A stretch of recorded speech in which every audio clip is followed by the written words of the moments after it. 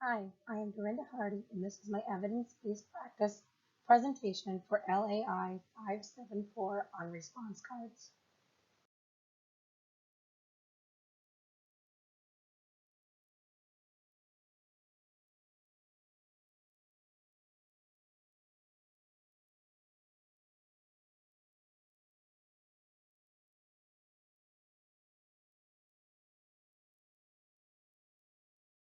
Response cards. This evidence-based practice is used to keep students actively engaged while the teacher performs a quick and easy check for understanding.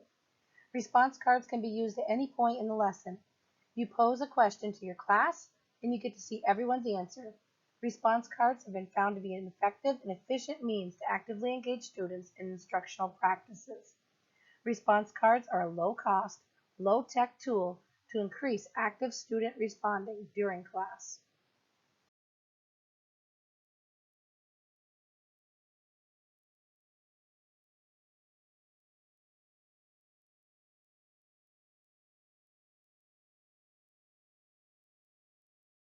Response cards are used to quickly assess students' understanding during whole group instruction.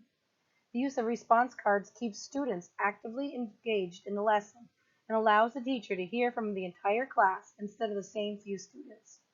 This is a quick, low-risk response system to conduct an assessment of student understanding of what is being taught.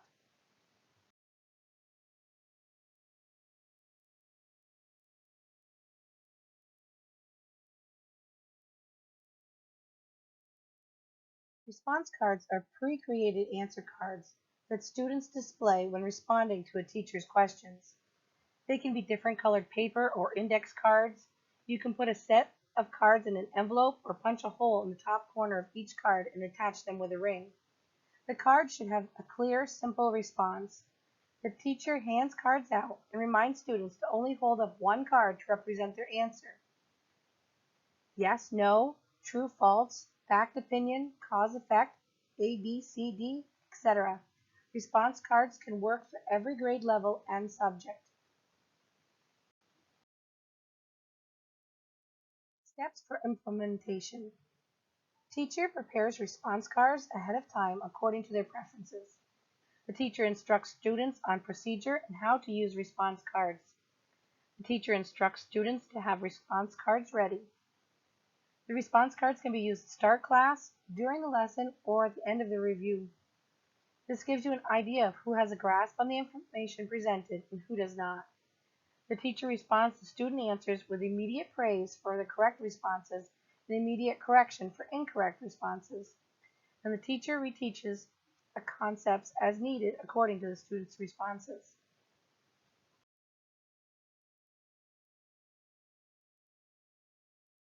Successful teaching involves feedback. Feedback keeps the teaching and learning process on track. Feedback enables action by the teacher and learners.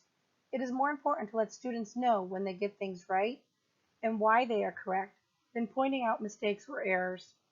Specific feedback is more useful than general feedback.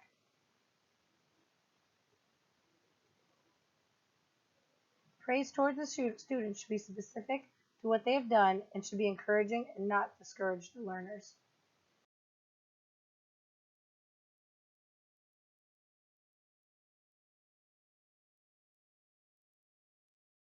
This foreign language teacher uses response cards to check student understanding of adjectives that are masculine, feminine, or both. Check out the video on YouTube later. Response cards involve action participation, whether calculating mathematical equations or understanding new concepts. Traditional forms of active participation involve students raising their hands and only actively engages one student at a time.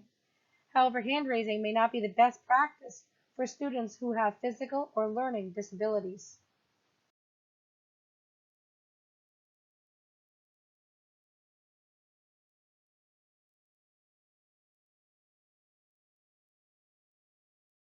Burong, Schuster, Collins, and Morse concluded that all learners, especially those with disabilities, can benefit from the systematic implementation of active student responding techniques.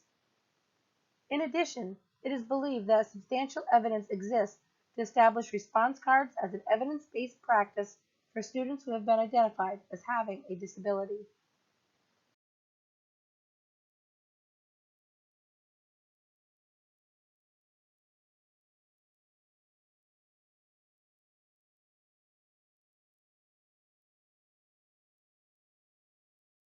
Studies have been conducted with students in preschool through the ninth grade that illustrate the effectiveness of response cards in inclusive classrooms.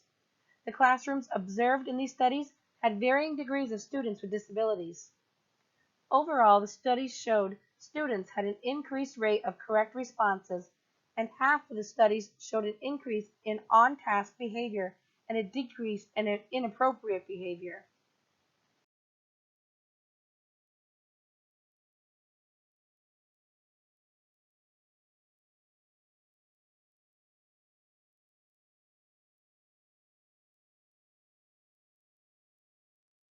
In the library, I can use response cards when teaching as a quick way to check for understanding and using a zero voice level for the students.